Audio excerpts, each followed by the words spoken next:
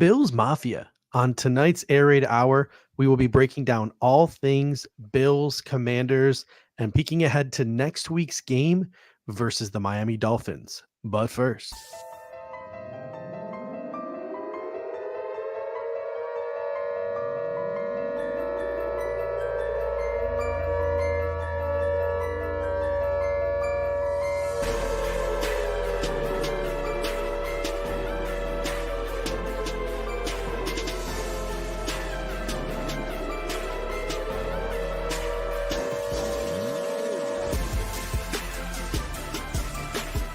welcome to the Air Raid Hour, a Cover One Network podcast.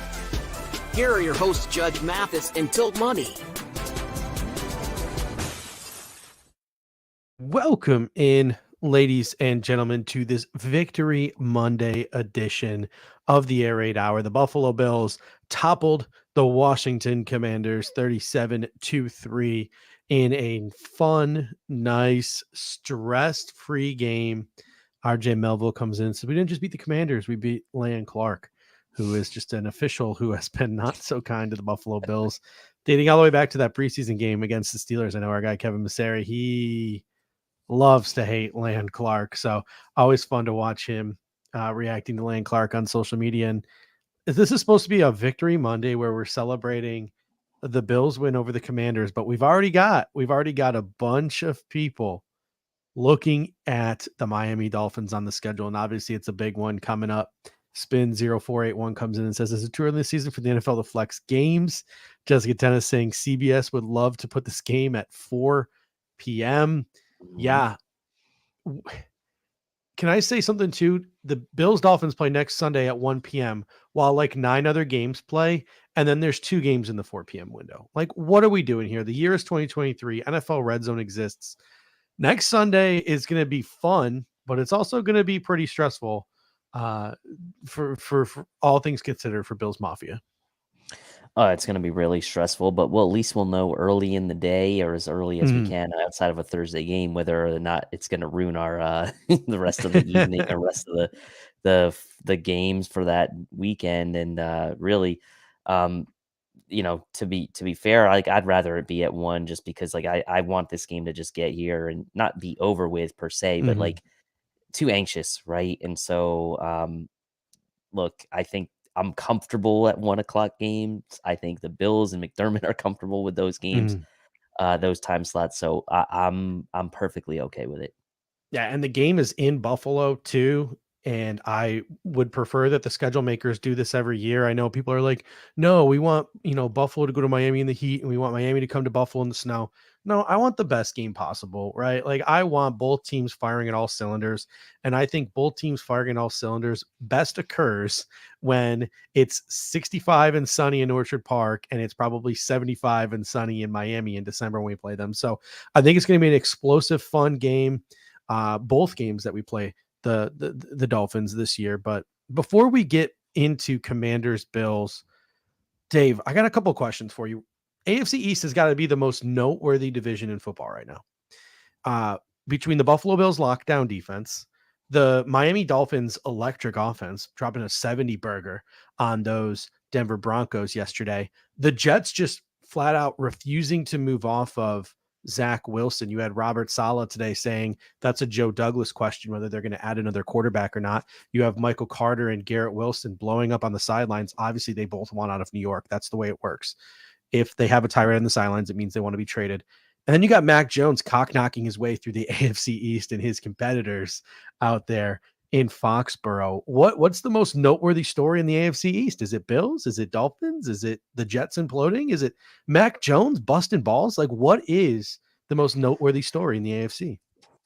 I mean, out of all of those, I think Mac Jones is the least noteworthy story because this is just who he is. He's been kind of a douche his whole career. Like since he's been in New England, he's just been that guy that he's not likable, right? Like, and look, Zach Wilson's horrible. I know that the Jets are horrible, but I wouldn't go as far as to say Zach Wilson's not a likable guy. I wouldn't go as far as say Robert Saleh is not a likable guy, but Mac Jones is really not a likable guy. And it kind of fits with Belichick. He's not a super likable guy either, but like he's not a likable guy. I mean, as much as it pains me to say, I have to, like, coming out of this week, you have to think that the Dolphins putting up 70 points, regardless of who they were playing, is probably the top storyline.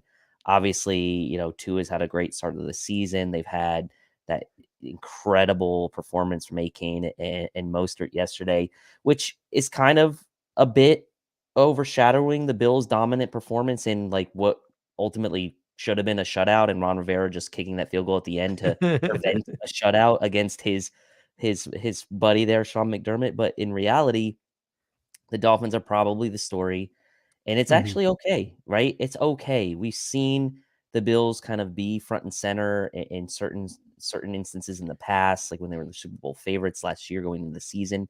And it's kind of okay, right? The Bills are looking for any little bit of maybe bulletin board material or slight, then just look at it that way, right? Because to be honest, like outside of the Dolphins putting that 70 burger up against the Broncos, there's really not a whole lot that the Bills have that's negative energy, right? On their right now. The Jets game's long in the rear view. The last two games have been dominant performances. You look at their point differential, still one of the best in the AFC. They've given up the second fewest points in the AFC. Only the Cleveland Browns have given up fewer in 3 games. So it's a total package story right now for the Bills, and this upcoming game against the Dolphins is going to be pretty exciting. So let's get into Bills Commanders. We're going to pause on the Dolphins talk for a little bit, and we'll get back to the Dolphins towards the end of the show. But we start every show, every post game show with our biggest takeaway, and that's our weekly challenge to you guys in the comment section as well.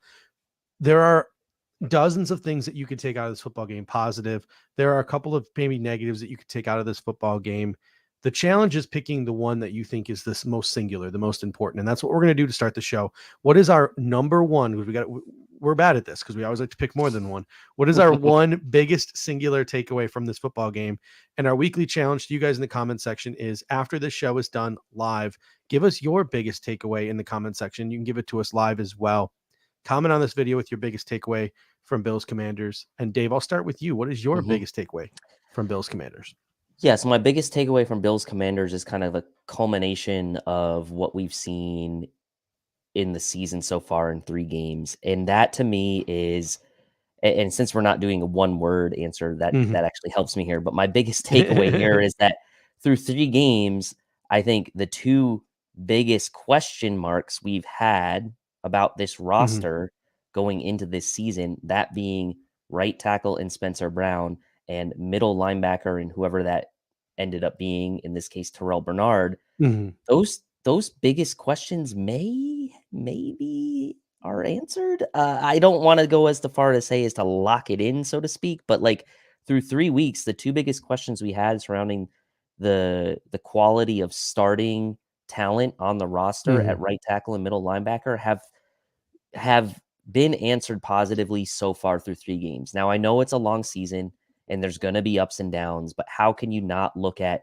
the performances of Terrel Bernard, highlighted by yesterday's game, and Spencer Brown carrying that momentum over from the week prior against Max Crosby into this game against a very good Washington defensive front, and say to yourself that, hey, the Bills are in good shape if these were the 2 biggest questions, and through 3 games, they've really answered the call. Yeah, Charles G comes in and says his biggest takeaway is the play of the O-line. We're certainly going to get into that.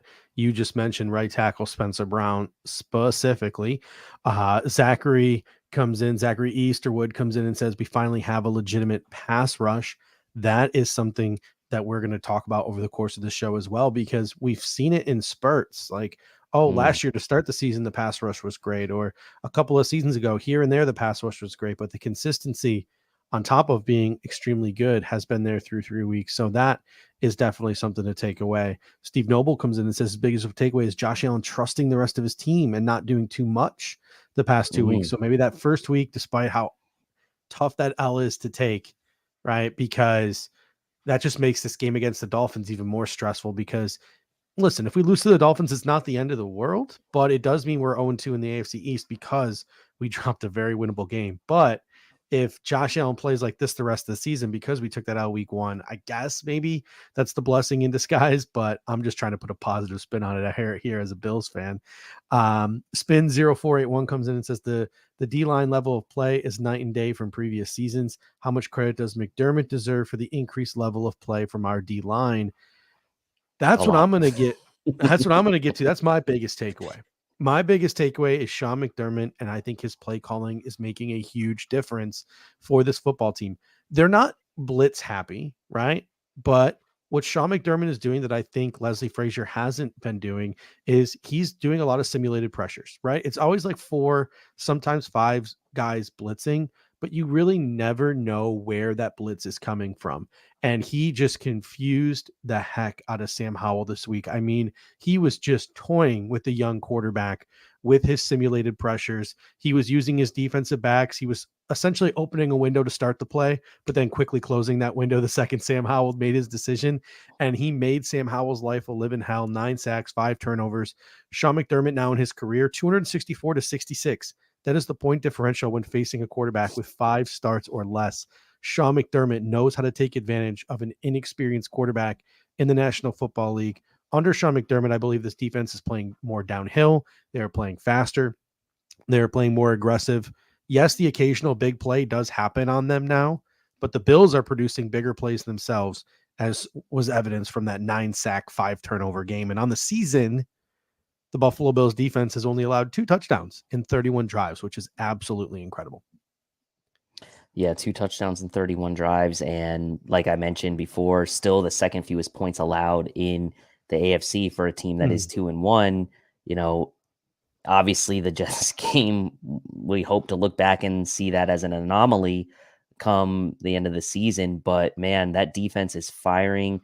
Leonard Floyd, we've been big fans of his signing since day one. There looks to be, pretty much over that ankle injury. He's looked no worse for the wear out there in this game. And the fact of the matter is like Sean McDermott still doesn't necessarily have his biggest toy back in the lineup yet, and that's Von Miller. So there's a possibility that we could see even more ascension from this defense and more aggressiveness as Von Miller makes his return here in a couple games. And that's got to be very encouraging as well if you're a Bills fan to know that they've been able to do this without Von Miller. Obviously, the rest of the defense and has, the roster as a whole has been very fortunate early in the season to be pretty healthy. But man, to think about what this could be with Von back in the mix too, just gives me a lot of excitement. And we got Walter S. coming in with another really good major takeaway. He says the biggest takeaway is there's a real concerted effort to establish the running game this year with regularity. And we're going to talk a whole bunch about James Cook in a little bit. But before we get to our other takeaways from this game, both offensively, defensively, positively, and negatively, a word from the guys over at the Cover One Buffalo podcast with how you can best support us here at Cover One. Many people ask us the best way to support us here at Cover One, and that is to sign up to become a Cover One Pass member. That contribution helps give us the access to all the data and information we use to create the content that you love. And I think most importantly, brings you into our community of insiders. It's a great community based on Slack. I know a lot of people don't want to be on social media anymore or be in on those conversations. We bring all of it to you right in our great community of educated fans. And most importantly, you get access to our content creators. Even better than that, everybody loves merch. You get awesome t-shirts, a cool decal, and a letter from the Cover One team signed directly to you. All for $60. That gets you the entire season, next year's free agency and draft. $60. Click the link in the description. Cover One Insider. Become one today. All right. So become a Cover One Insider if you are looking to best support us here at Cover One, or you can just join us here every Monday night, 9 p.m. here at the Air Raid Hour. And let's begin the conversation tonight with we normally start the show with offensive takeaways because I mean that's what's fun, right? Fun, exciting. Josh Allen, James Cook, all that good stuff, Stefon Diggs, but we got to give the flowers to the defense this week. So we're going to start with our positive takeaways from the defense this week, and let's start with Terrel Bernard because and as we go along, give us your positive takeaways in the comments section, and we're just going to shoot our positive takeaways back and forth. But Terrel Bernard, listen, I said on social media on Sunday afternoon, There's sugar high Josh Allen, right? That's bad. We don't want sugar high Josh Allen. But then there's Sugar Bowl Terrel Bernard. There's Sugar Bowl Bernard, which is good. Obviously, a reference back to that awesome Sugar Bowl game that Terrel Bernard had a couple of seasons ago. He looked just as lights out as he did in that Sugar Bowl yesterday against the Washington Commanders. 7 tackles, 2 sacks, a pass defended, an interception, and a fumble recovery. Listen, a lot of people wanted to take their shots at Tremaine Edmonds yesterday on social media, but at the end of the day, Edmonds, he's that long body who clogged up passing lanes. He was a tackling machine. Terrel Bernard, he's a different breed. He's got a nose for the football. Greg Tomsett called him a ball magnet. I had a little bit of fun with that on social media. And he's a he's got a knack and he understands how to properly blitz. So it's just a different vibe with Terrel Bernard. And through 3 games, you're seeing more splash plays from the middle linebacker position. You are, and I think obviously the knock, as we all know, on Bernard was going to be the size and sort of what that meant for Sean McDermott's system. And one of the things that I had posed was, well, maybe they're going to use the linebacker position differently with Sean McDermott calling the plays than they did with Tremaine Edmonds and sort of that traditional 2 linebacker nickel based defense under Leslie Frazier. Through 3 weeks, we have seen that. We have seen a lot more blitzing from Terrel Bernard. We have seen the defense from a run defense standpoint play a little bit more team defense. They haven't relied necessarily on one guy to bring the ball carrier down. And one of the things that we maybe were concerned about Terrel Bernard and his run defense, but the Bills have been playing really good team run defense. Schematically that has helped Bernard from a size perspective. And yet instinctually, he certainly appears to have more of a natural instinct than maybe Tremaine Edmonds did, even though Tremaine Edmonds athletically maybe made up for some of those deficiencies just with his pure athleticism.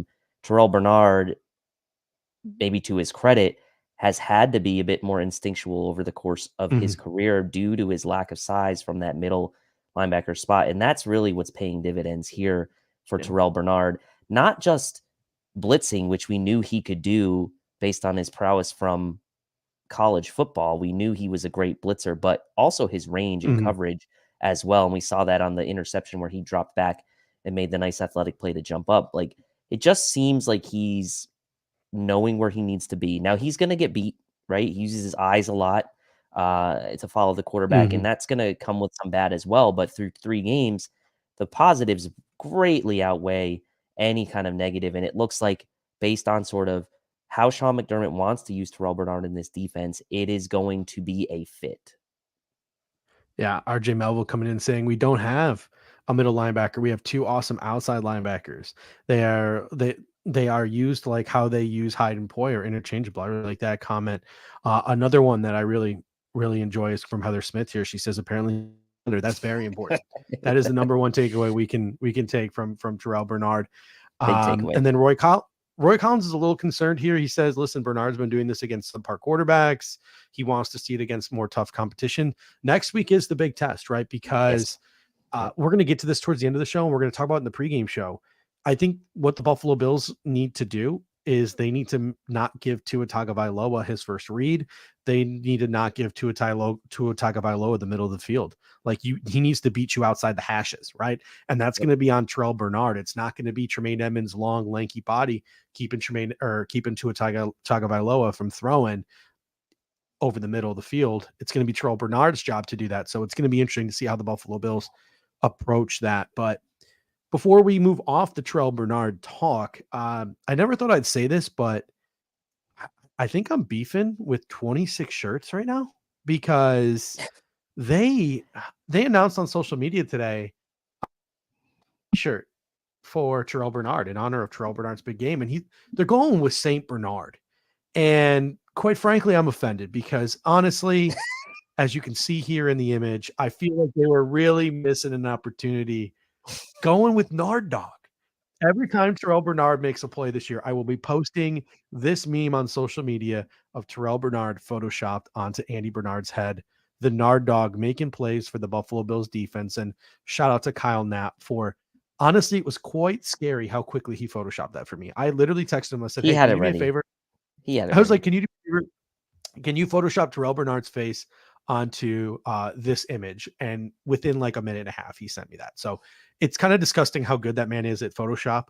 But thank you to Kyle Naps. Always appreciate him. Check out his blog, Room 40 Sports. He's always posting great content there. The interior of the defensive line, also quite scary, right? Like, we're probably going to start this conversation with Ed Oliver. 10 pressures over the last 3 games, 3 sacks, 2 hits, 5 hurries. But you also have Daquan Jones, 8 pressures, 2 sacks, 2 hits, 4 hurries. It was notable the push that Daquan Jones was getting on Nick Gates and on that Washington interior. Like, he was just in Sam Howell's face within seconds of the snap on multiple occasions. Even on the TV broadcast, it was just noticeable. Jordan Phillips, 5 pressures, a sack, a hit, and 3 hurries this season. Right now, quite honestly, this is the best interior defensive line in the National Football League. Yeah, you have the perfect sort of blend of Ed Oliver being the guy we always wanted him to be on a more consistent basis, which we saw in flashes over the last couple of years. But through 3 games, he's been super consistent, paired with Daquan Jones. And that run defense also just swallowing guys up inside. I mean, Ed Oliver is playing, I think, to his full capabilities this year, right? And this is kind of the player the Bills probably envisioned when they drafted him. And Renaissance Man says here, Ed told us he was going to make his contract seem like a bargain. And so if far, he had so just good. done this consistently, right? Like, if he had just done this consistently the last couple of years, we would have had no problems with the contract, and we wouldn't have been having, we wouldn't have been having some of these animated discussions that we did all off season long. So yeah, kudos to Ed Oliver, making us, a lot of us, look silly. I'm not gonna say all of us, but a lot of us look silly. Yeah, and like let's be clear about something, right? Ed Oliver never said anything or like made any kind of comments to like make us dislike him as a person or as a player, right? It was all about just play on the field, like consistency. Yeah, consistency, right? Like, he's not like, it was never about anything other than that, right? And so we've always loved Ed Oliver, the player, the person, right? And we've always kind of rooted for him to play to his potential, and he finally is. And yeah, like, him making that comment kind of tells me that he like probably feels like he left some money on the table if he had actually maybe played to his capabilities. But I think a win-win for both sides when you look at it this way. And if he continues this play, he got the contract, the big contract. Yes, maybe he would look like a bargain in a couple of years, but he needed to prove that, right? And so he is proving that now through 3 games. And also just like the way that he's fighting through double teams against some pretty good competition. Pretty much what you can say about Ed Oliver's. I don't think you could have expected much more from him and what he's done this year as far as like expectations and wanting him to reach a ceiling. Like, he's met those so far. And I will say this too, maybe not to this degree, but the Buffalo Bills defensive line was doing this last year early on in the season. Like, I think back to the Rams game, they were getting a lot of pressure with 4 guys. They were getting a lot of pressure up the middle, but injuries sort of took a toll on the Buffalo Bills. And we talked about Ed Oliver, and we talked about consistency. He was dealing with an ankle injury. It all kind of went away. So fingers crossed, right? And knock on wood for the health of this interior defensive line, because right now I have no qualms about saying the way the Buffalo Bills interior defensive line is playing football, they are making this a Super Bowl caliber defense. And it is a Super Bowl caliber defense when they can get pressure with 4 guys. Speaking of getting pressure with 4 guys. Oh, you got another comment? No. I was going to say, yeah, 100% agree. Yeah. Speaking of pressure with 4 guys, it's not just the interior of the defensive line doing this. It is also the edge pressure. Leonard Floyd has been phenomenal. Gregory Rousseau, AJ Epinesa, Shaq Lawson. Everybody is contributing to the Buffalo Bills and the success of this defense right now. Leonard Floyd, I mean, you said it week 1. You said you thought it was your favorite addition of this offseason. And I mean, he is proving it. And then some. 8 pressures, 4 sacks, a hit, and 3 hurries on the season for Leonard Floyd. Absolutely incredible. His ghost move on Andrew Wiley, just vintage Von Miller in that football game. It was so fun to watch. Gregory Rousseau, the numbers aren't there like they are with Leonard Floyd. He's still got 8 pressures, a sack, a hit. He's got 6 hurries and a batted ball this season. He just looks like a different beast. Like he really does. Like he looks like he's really, I can't believe I'm about to say this, but like growing into his body, right? Like he just looks like a different specimen out there this year. I know a couple of guys in that locker room were throwing out Mario Williams comparisons. I don't think he's there yet, but like I'm kind of excited and think like maybe he'll get there. AJ Epinesa, 5 pressures, a sack, 4 hurries, a batted ball, INT in that game against the Commanders. And then Shaq Lawson, I mean, he's still contributing as well. 5 pressures, 2 hits, 3 hurries. It is a team effort. What do you like from what you're seeing on that edge? Yeah, and I mean Rousseau, the comparison to Mario Williams, obviously, I think Mario Williams, the reason he was the number 1 overall pick is because he had the pass rush. He had the pass rush ability to go along with that huge frame. Groot's holding his own still and kind of doing what he needs to do from a run defense. Obviously, he got in the mix with a sack there at the end, but look, like the fact that Greg Rousseau is playing as well as he is, and yet we are talking about all these other guys almost in a better light than him, just tells you how great this overall unit is playing. And I mean, I think Leonard Floyd bringing that pass rushing sort of element to the Bills beyond just having Von Miller and relying on Von Miller solely was a really smart move, and continues to look like one of the best signings we've made, given that we saw, and Brandon Beane probably saw on the field what happened last year when Von wasn't there, like shoring that up, getting contributions from AJ Epinesa. I'm really happy for him on that play he made. The length obviously can't be taught. They mentioned it on the broadcast. You don't throw over a guy, Matt Ryan mentioned, you don't throw over a guy that's 6'6", and it turned out to backfire on Sam Howell. And the fact is like we're getting contributions from everyone. And now, honestly, say what you want about the return in the trade that the Bills made to trade away Boogie Basham, but like we're not missing him. We're just not. That was literally the next thing in my show notes is like not missing Boogie Basham. We had someone else come in here too. I don't think. Yep, we can't wait till Von Miller comes back. Did you click on that, or did I accidentally click on that? No, I didn't click on it. Okay, so I meant to click on it, but then I lost it, and then I just clicked on it. So Pete's out coming in and saying, can't wait till Von Miller comes back. Yeah, I mean, we're doing all of this along the interior and the exterior of the defensive line. We're doing this up front without even putting Von Miller into a football game yet. So when Von Miller comes back, that is the cherry on top. Hopefully this unit stays healthy. They are going to be a absolute force. Jessica Tennis comes back and says, don't even bring Von Miller back till week 4. I'm team, like, whenever Von's ready to come back, Von will come back. Whenever the medical team okays it, they'll okay it. Like, waiting a couple extra weeks, I don't think it makes him any better. But I feel like the Buffalo Bills don't feel the need to rush him back, right? Like, they're not desperate. They're not going to put him on the field before like he's ready, like maybe they would have in a different situation. So that's definitely the way they're playing. Gives you full faith and confidence that the Buffalo Bills are going to do right by Von Miller and bring him back 100% when he's ready. There's going to be no need to rush him onto the football field. It wasn't just the linebackers. It wasn't just the defensive line, the secondary. 2 things stand out in particular about this football game. Trey White and Micah Hyde being the 2 of them.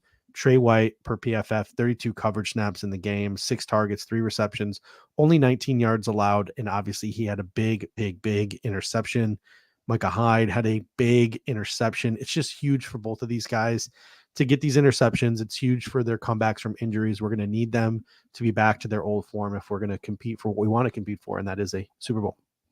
Yeah, and takeaways being the name of the game, and Micah Hyde obviously being one of those guys that was a big contributor to that 2 years ago with as many interceptions as he had in 2021, allowing him to get that one, or not allowing, but him getting that one early, the first one early here in 2023 in week 3, and Trey also getting one early, I think is just going to do even more for the confidence of those 2 vets, given, they're both coming back from different sort of hurdles, right? I mean, Trey came back obviously last year and probably never really got to 100% last year, but that play he made was super athletic, dove in front of the receiver to make that interception. Wish he would have stayed in the end zone, but it didn't end up mattering anyway. And then Micah Hyde driving hard on that cover 3 where he was responsible for the flat and breaking on that route out to Antonio Gibson as soon as he saw it. And that's just a veteran play, as Matt Ryan also said on the broadcast. Both of those guys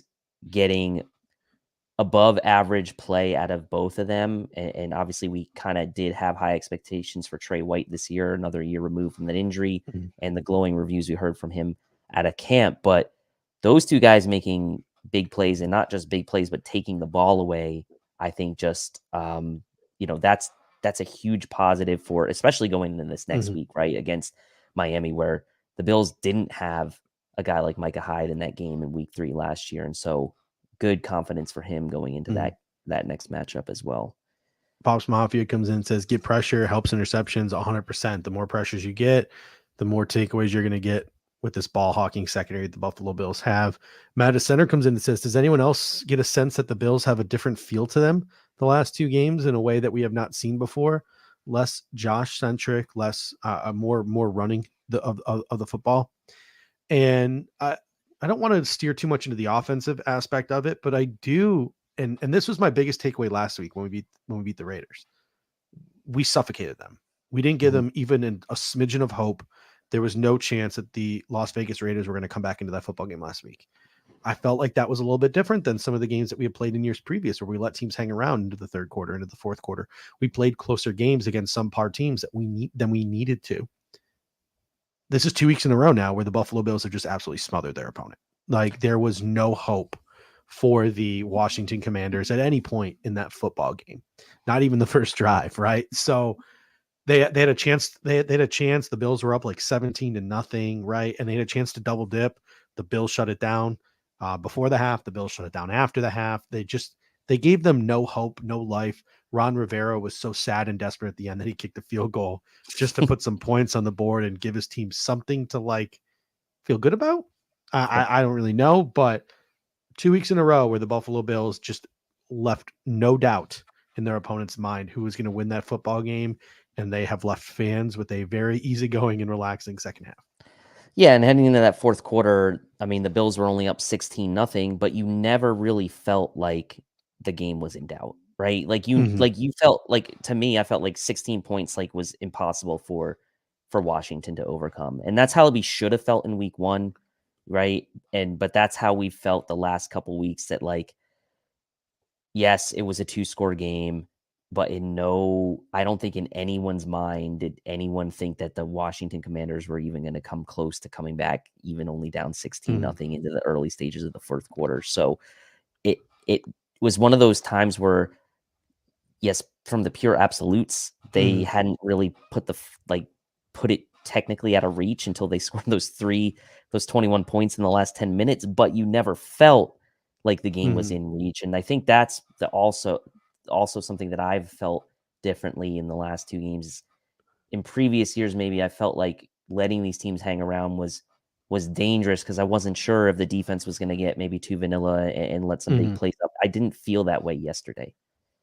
Let's now take a look at some of the positive takeaways from the offense. And of course, as always, in the comment section, hit us up with your biggest, most positive takeaways on the offense. And I want to start with Stefon Diggs just because it was a homecoming for him, getting back into the Baltimore, Maryland metropolitan area. That's where he grew up. He went to school at the University of Maryland. He had a lot of family on hand at the game on Sunday. Thus far this season, Stefon Diggs has been targeted 31 times.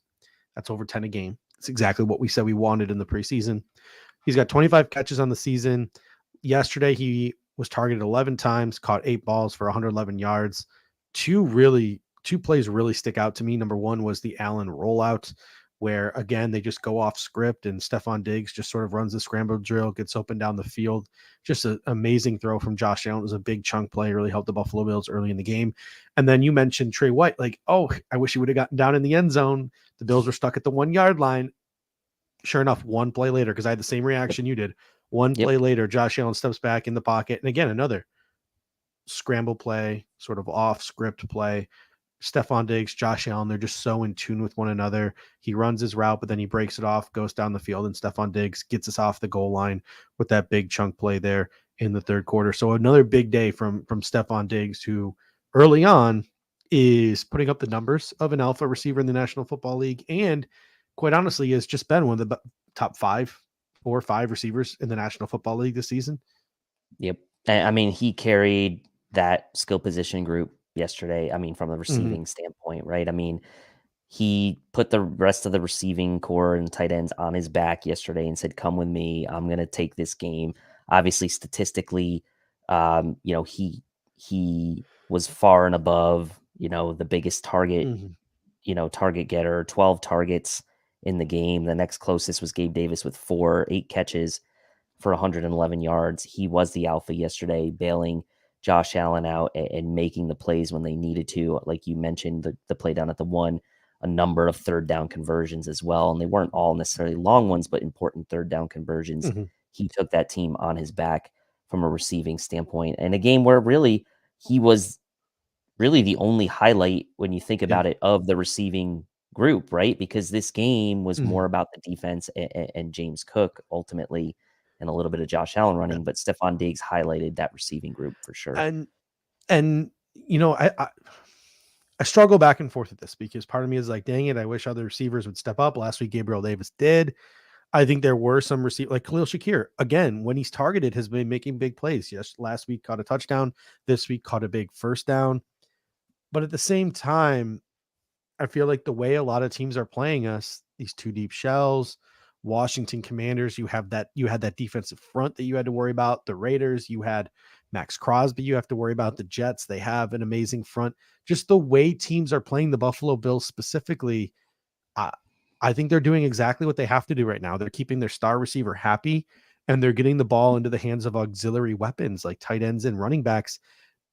I think eventually, if the Buffalo Bills continue to have success doing this, teams are not going to be able to play this type of defense that they're playing against the Buffalo Bills because it's burned them the last 2 weeks of the season. It worked week 1. It's burned teams the next 2 weeks of the season. So eventually these defenses are going to come off it. They're going to get out of these too high shells. They're going to, and I think it'll free things open for the receivers, but I think it's just got to be a patience thing for us. I don't want to have a hot take or have an overreaction or get too angry or upset by the lack of wide receiver 2, wide receiver 3 production yet. But it also is something to monitor and keep an eye on because it could come back to bite us later on in the season, but we don't know yet. What are your thoughts there? So yeah, my thought on that specifically for this game is that this is just how this game played out, right? For me, like the Bills had more rushing attempts in this game than passing attempts, which for the Bills team in this Josh Allen era is kind of unheard of, right? They had 33 attempts on the ground and only 32 passing attempts for Josh Allen.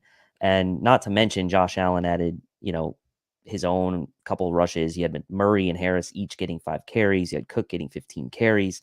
Like, to me, that was just this style of game, right? And it was like one of those styles of game that, right, you look back again, and I hate to harp on this, but you look back on week 1 and you feel like that's the style of game we should have had in week 1. What I really loved about the approach in this game was that the Bills didn't go away from the running game, right? Like the first drive, James Cook didn't really get it going. The second drive, the Bills didn't really get it going with James Cook. It wasn't until 3rd, 4th, 5th drives the Bills had on offense where James Cook really popped a couple runs, but they stuck with it. And I think that they had very deliberate intention to stick with the running game in this particular instance, given it was raining, given that obviously the Bills didn't feel like they needed to probably score 37 points to win this game, wanted to maintain possession, right? And so, like, I'm not reading too much into the fact that some of the secondary weapons didn't do this. You look around the league, this happens all the time, and we probably don't realize it so much because we're so fixated on the Bills, but it happens all the time with other teams as well, right? What was it, 2 weeks ago? You saw Devonta Smith, or maybe it was last week, Devonta Smith for the Eagles just blow up, and AJ Brown, very quiet game, right? Like, that's not going to happen every week, but it happens to teams all the time where one guy has a big game and the rest of the guys don't do much. The team still is successful, right? So I'm not overreacting to that for this game. Matt Center comes in and says, "Am I right in saying Dorsey did well with play calling?" I'll tell you what, on first watch, there were a couple of things that like irked me. Obviously, the jet sweeps and stuff are just not working right now. The Bills need to correct that, or maybe they're just trying to put something on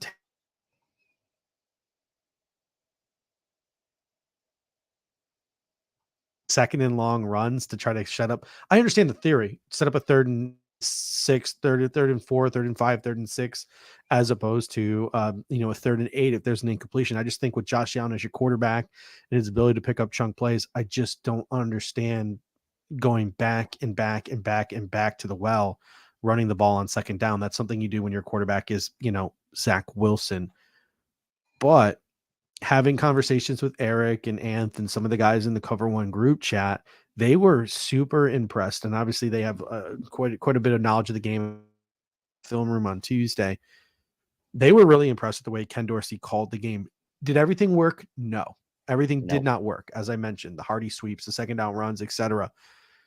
His use of David Edwards, right? That was a shift, something we really hadn't seen a lot of. The Buffalo Bills brought a 6th offensive lineman to help deal with the pressure that the Washington Commanders were going to bring with that front that they have. The utilization of play action, right? The Bills are 26th in play action rate this season, but they are 4th in play action success rate. And against Washington, Josh Allen was 5 of 8 for 106 yards and a touchdown off the play action. He used play action. He used extra. He used window dressing. He used different packages. He mixed up the way he was calling plays. And there's so much to think about in that game that they were thinking instead of being instinctual. They were thinking instead of moving. So it really was a pretty good.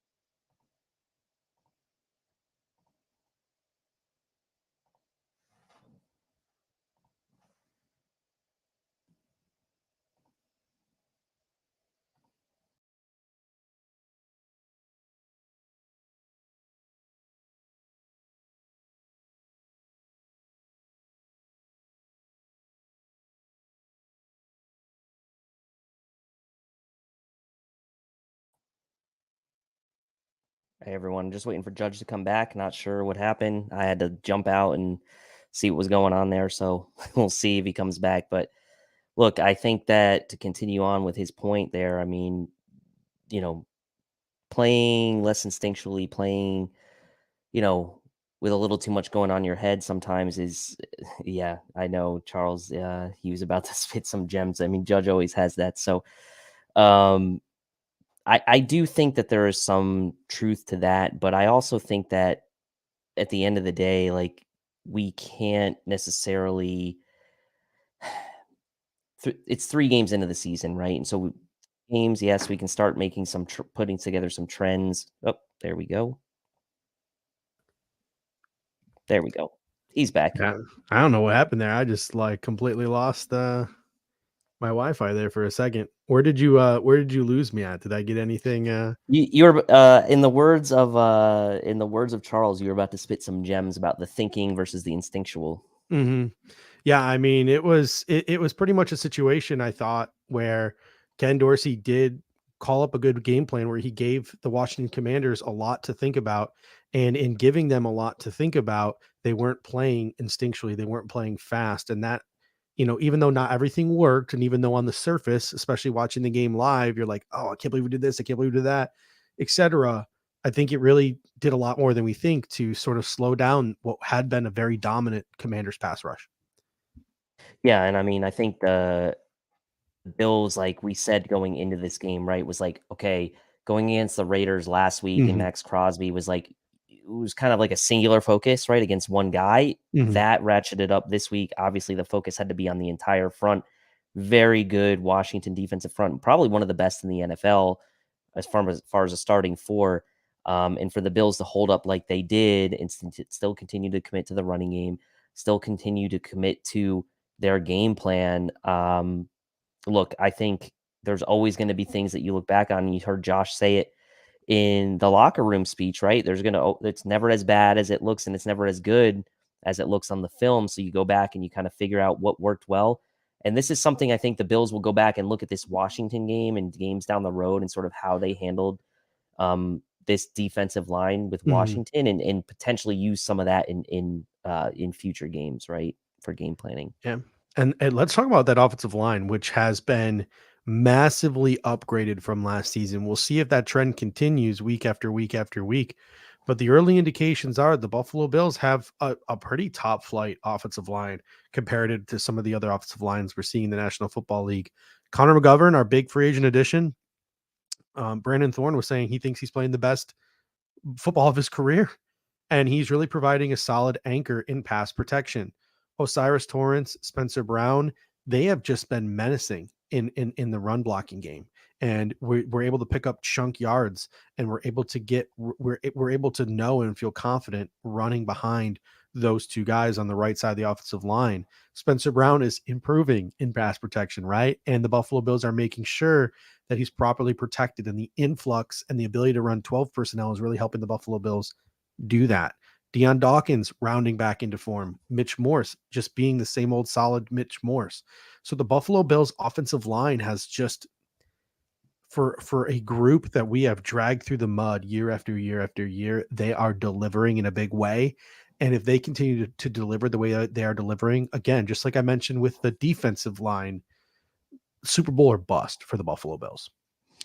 Yeah, I mean, the offensive line is certainly playing above my expectations. I think, look, I don't know that there's one area of this roster right now that you can say is performing below expectation, to be honest. And that's a testament to how the Bills really have bounced back enormously from that week 1 travesty. And so I give all the credit in the world to the players and the coaching staff for getting this thing back on track, where could have dwelled on it. You could have let it sink into other games, and they did not. We saw how quickly they righted the ship there in week 2. And obviously, look, going up against Vegas and going up against Washington, I mean, those are 2 games, you had to win if you were the Bills, and you took care of business, and you took care of it in decisive form. And you had to do that right after what happened in week 1. So Bob R comes in with a super chat. Thank you. Bob says, I'm just here to guard my privacy and abide by the community rules. Hey, never float your yeah. boat, man. Thank you. We appreciate the super chat. We just spoke about the offensive line, but how about the Buffalo Bills having a bell cow running back, it feels like, for the first time since LaShawn McCoy? I mean, through 3 weeks, it's early, but I mean, in this game, you had 98 rushing yards and 112 all-purpose yards from James Cook. He had a 62% snap share on the game. Over the course of the season so far, through 3 weeks, 59, 62, and 62% snap shares.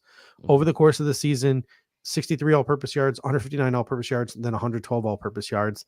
Murray and Harris, they mentioned on the broadcast how Ken Dorsey told Matt Ryan, they told Tiki Barber, he loves how Murray and Harris can come in cold. They know their role. It seems like this is James Cook's backfield, and everyone else is just sort of living in it. It's true. Harris and Murray, 5 carries apiece, took a little bit of that load off, which was great. I mean, you look at James Cook efficiency-wise, absolutely killing it, 6.1 yards per carry against, look, two out of 3 games have been against really stout defensive fronts, right? The Jets and the Commanders. James Cook only behind the freaking freak of nature, Christian McCaffrey, from a rushing yard standpoint in the NFL, right? That's the only guy he's behind in rushing yards. How weird is that to say that a Bills player is up near the top of the league in rushing yards, and Renaissance Man comes in and says Cook's running stride is like water. It's like he's not even trying, but he's still fast. He's gliding is what it looks like to me. I think he left some yards. I would say he even left some yards out on the table yesterday, maybe in the passing game, but that's obviously living to see another day, knowing that his role and how important he is to this offense. I would have loved to see him maybe get into the end zone there at the end, let him get a crack at it to kind of put him over that 100-yard mark for 2 games. That, and he hasn't gotten in the end zone this year. So those 2 things, I think that's why the Buffalo Bills put him back in. It was the 3-yard line. So a tutty there would have given him 101 would have given him over 100 yards, and would have given him his first touchdown of the season. But then Latavius Murray came back in and saved my fantasy lineup a little bit by scoring a touchdown. All my running backs are injured, so I started Latavius, and it was looking pretty grim there for a while. So thankful for James Cook for not putting that one in. So Latavius did, but yeah, and super efficient with his touches, right? And I think this is another one of those things where we envisioned it in the offseason that this could be a reality if the Bills kind of found the right way to use him. And they have, right? And Pete Nana comes in and says yards after contact is high for Cook too. Everything seems to be working for him. He's confident, which obviously we saw kind of last year after that, after that sort of Titans and Green Bay game. After the bye, he looked like a different guy. And really the second half of last season, I think, kind of segueing into this year, being the feature back, gave him a lot of confidence, and he's playing with a lot of confidence. And I don't think he's letting a couple, like in this game, didn't start the fastest, right? Was a little bit of a slow start, but knowing in the back of his mind that he's the guy, he's going to get his chances, he's going to get in rhythm, that works for him. Where you mentioned Latavius, Damian Harris, those guys can come in cold, do what they need to do, and still be effective with what they need to do. So the entire room really is my favorite we've had since McDermott took over, probably. No disrespect to Shady McCoy, but like this group, this trio, can be really effective and can really honestly like make it just that much harder for the defenses who already have to contend with Josh Allen in this passing game, but now a legitimate running threat and this offensive line playing the way they are. There's a lot of possibilities now for this offense. And I said it last week about Dalton Kincaid too. And it seems even crazier saying this about James Cook because, as you pointed out, and as Sword Brother Joseph points out, he's second in the league in rushing behind Christian McCaffrey. But I feel like with James Cook too, we're just scratching the surface. Like, I don't even think we've seen James Cook reach his full potential. And he's been an absolutely game-breaking, game-changing player the last 2 weeks. I still think there's some untapped potential in the passing game with James Cook. So really looking forward to seeing what the Bills have cooking up with James Cook over the next couple of weeks here and as the season progresses.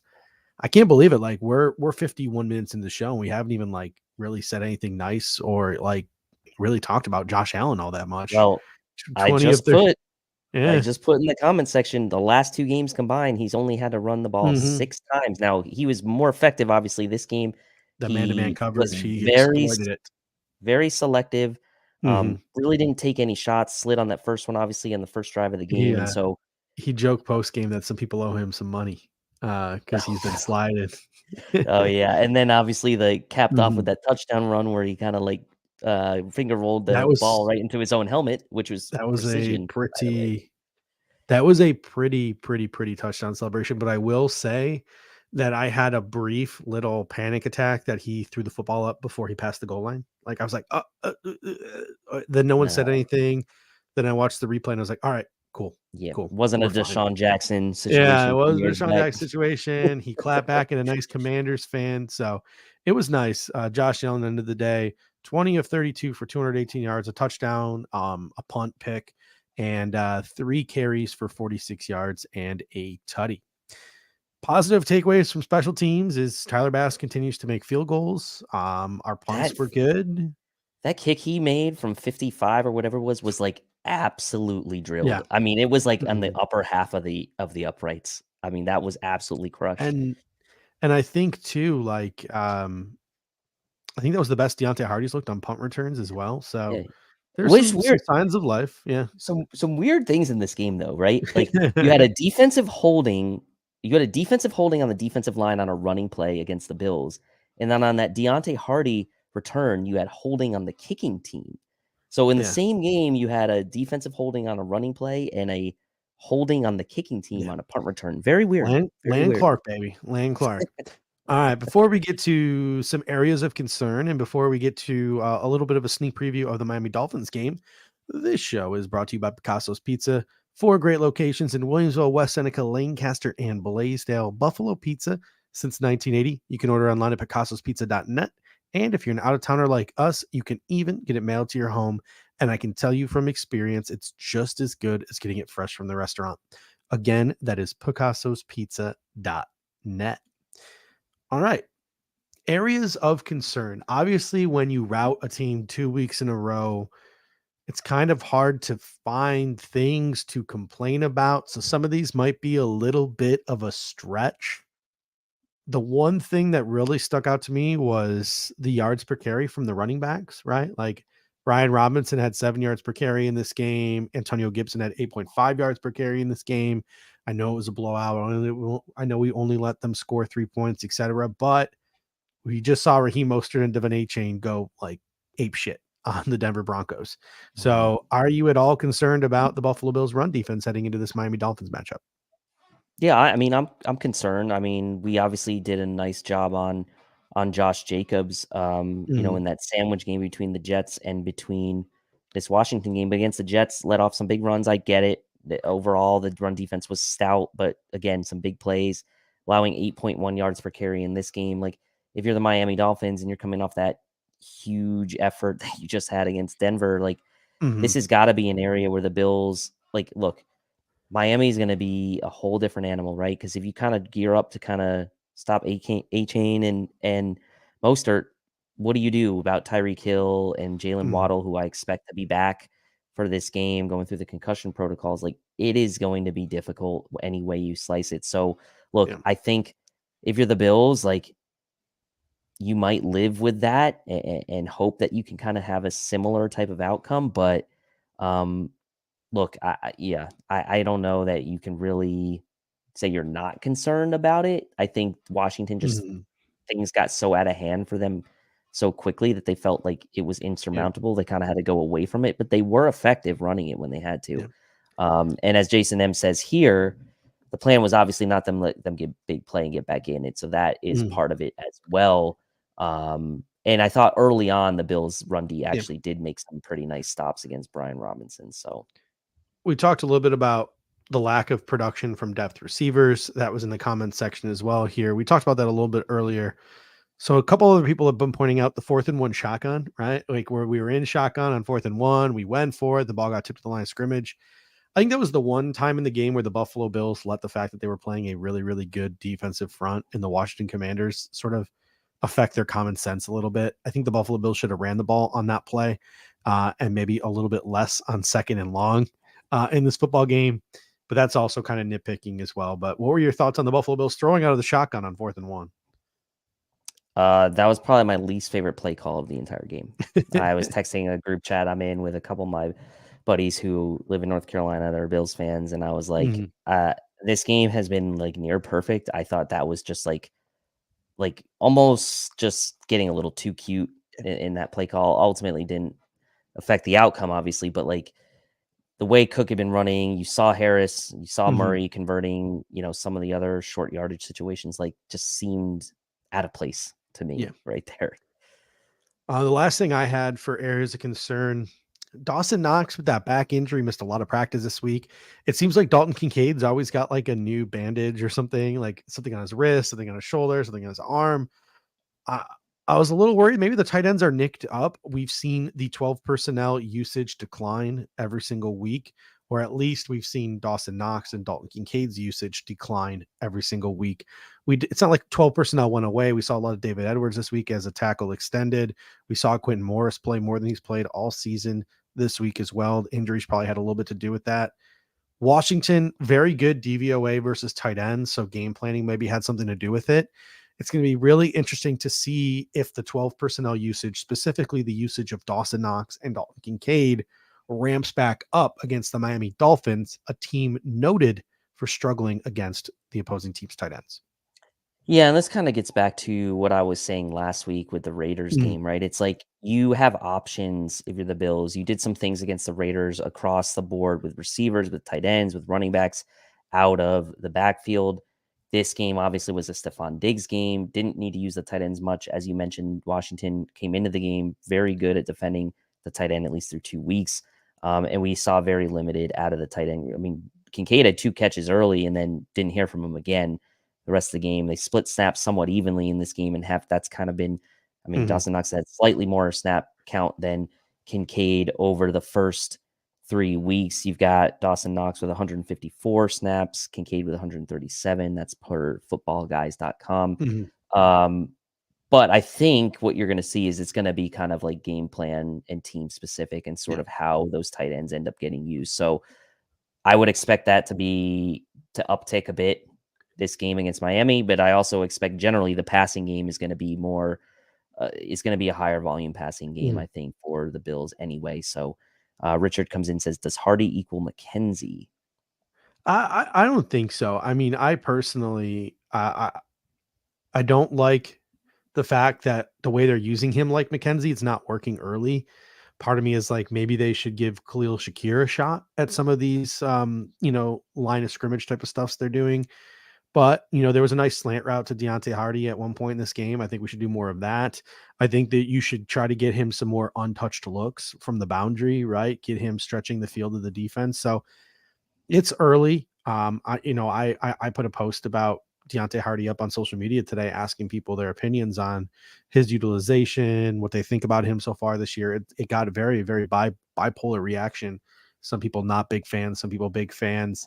I know we discussed it a little bit in the Cover One group chat today, and one of the things that Eric was preaching was, hey, just be patient. Like sometimes it takes guys longer to, find their role, find their niche in an offense. And he highlighted a couple of Stefon Diggs plays in the game where Deontay Hardy ran a certain route and the defenders respected Deontay Hardy running his route to a point where it opened some things up for Stefon Diggs. And I'm sure he'll point that out tomorrow and when him and Ant do the film room. So underwhelmed. I've mentioned I've been underwhelmed for a couple of weeks with Deontay Hardy, but I'm not willing to like lose my mind over it yet. And I'm not willing to start comping him or comparing him in any way to Isaiah McKenzie, because I do think that he is a better football player than Isaiah McKenzie.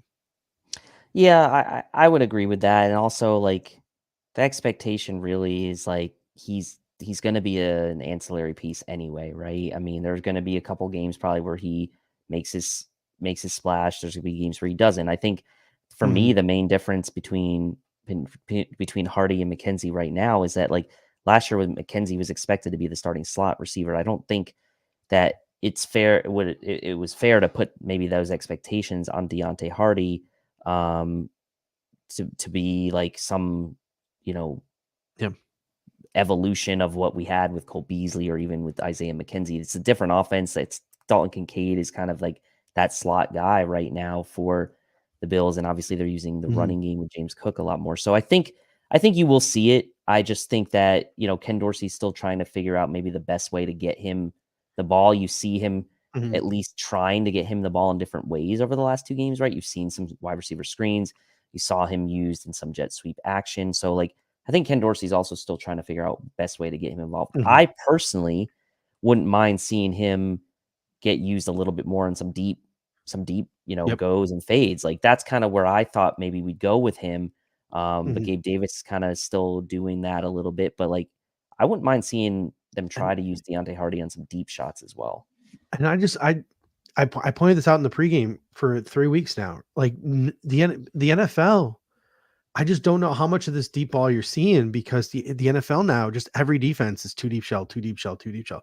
It's almost like every defensive coordinator this year got together and decided, hey, the strategy in the NFL this year is going to be make people kill you with the death by 1,000 paper cuts. I mean, what was Justin Herbert? 40 of 47 yesterday in that Vikings game? Like, that's just how the NFL defenses are defending quarterbacks right now. And stuff down the field just isn't there like it has been in years past. And I think that there will be a course correction as the season progresses. I think we need to be a little bit patient. All right, on to the Miami Dolphins. A little quick preview. Obviously, we do our pregame every Sunday before the game. We will be back this Sunday live doing our Miami Dolphins preview. But a couple of things. I've seen this already from a couple of people. I saw it online a little bit, and then I saw Matt Perino, make a comment about it as well.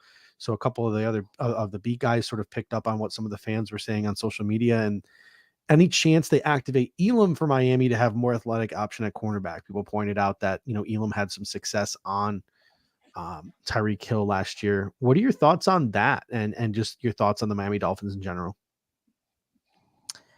I mean, it seems like it would be all hands on deck to try to stop Waddle and Hill, getting a different type of athletic profile in there. I mean, you saw, Benford did get beat deep on that one play to Curtis Samuel, but obviously has played pretty solidly otherwise. But I don't think it's a bad idea to have more options on the table in the cornerback room for McDermott in this game. Like, I don't expect necessarily there to be a ton of changes on the defensive line rotation. Mhm. So I don't know who they would potentially inactivate. I think to Poona get- Ford might come. I think if 2 weeks out of Leonard Floyd's ankle, I think we could see Poona Ford back this week with Raheem Mostert and A-Chain doing what they did.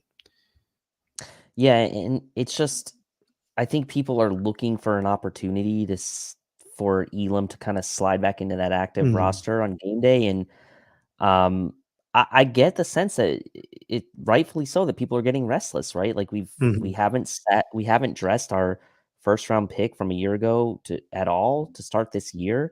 I know we're trying to be patient with it, but I think we're looking for the right spot as a projection to put him into the lineup, and maybe this is it. But I think generally the bigger storyline here is like Mhm. how can this guy get on the field? Yeah, I mean, if you play him, if you activate him, I still don't think he's going to see snaps unless there's injuries, right? Like Christian Benford's your CB2, like that's it. So like, are you going to deactivate him are you going to deactivate Dane Jackson? I don't think you're going to deactivate Dane Jackson, who's sort of your steady Eddie. He's your backup guy.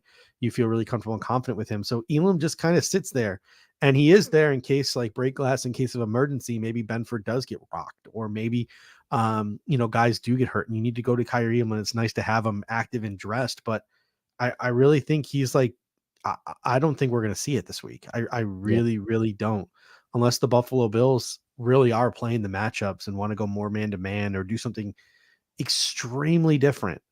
I just don't envision Kyrie Elam entering the starting lineup, but I could see Poona Ford back into his fifth DT spot for Kingsley Jonathan. And it's going to be really interesting to see how the Buffalo Bills decide to defend Tua Tagovailoa and this insane speed that the Miami Dolphins have on offense. I think the New England Patriots were on the right path. Yep. And what the New England Patriots did was they did a lot of three safety stuff. Like I think they invented the three deep shell. Like they were going a little too far, I think, in the first half with it. But New England's strategy was pretty much to take the entire middle of the field away, and it was to make Tua Tagovailoa beat them throwing outside the hashes. Now he did beat them dinking and dunking. He did beat them outside the hashes, but I think that's the Buffalo Bills' best chance, and it did slow Tua down compared to his other 2 weeks of production. So I think the New England Patriots, I think that they laid the blueprint for what to do. I'm not saying it'll work, but I think that's what the Buffalo Bills are going to attempt when trying to slow Tua down. As I think they're going to do everything in their power to take the middle of the field away. And with Terrel Bernard in there instead of Tremaine Edmonds, it's going to be really interesting to see how they go about trying to do that. Yeah, and I think you're right with New England. I think what they held Tyreek to 40 yards. I mean, Mhm. that's an accomplishment in itself. I think um, they can learn some things from that game that New England had, but at the end of the day, like I think you're spot on. Like Tua's got to beat you outside the hashes. He's played well. I mean, there's Yeah. nothing you can really take away from Tua. I don't think this year. Like what you can't let happen is what the Denver Broncos let happen last week, and that's like Tyreek Hill scoring on like the second or third play of the game on a 54 Mhm. yard crosser, and like that's the kind of stuff you can't have Yeah. happen, right? Like they're gonna move the ball, right? And the Miami Dolphins are Mhm. going to score points, but you have to make them earn it. You Yeah. cannot let them have easy ones, and that's Yeah. Don't let them house the big plays, shrink the field and make them score on you the traditional way in the short field in the red zone. exactly. So I think that's what the Bills need to It, do going into this game, mhm.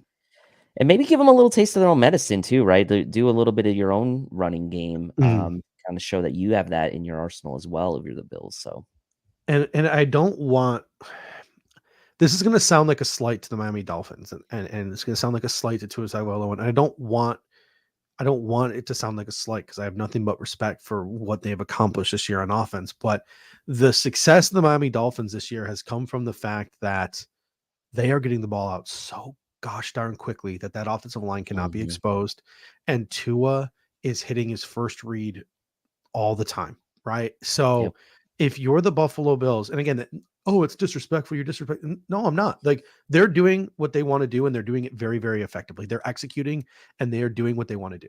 It's not Yep. disrespect. I'm just saying it like it is.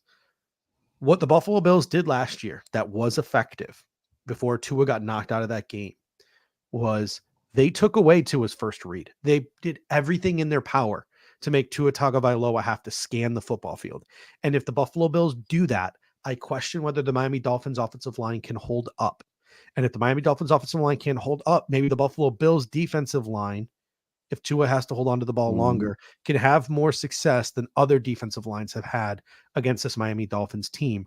Now, their running game counteracts this because you got to respect the running game, I think, more than you did last year, which is making what they're doing so effective. But Hyde and Poyer were so integral last year early on before Tua got knocked out of that game. They knew exactly who the first read was, and they were bracketing the shit out of them. And it was throwing Tua for a loop. So it'll be interesting to see if the Buffalo Bills employ that same strategy, and it'll be interesting to see if that strategy will be effective.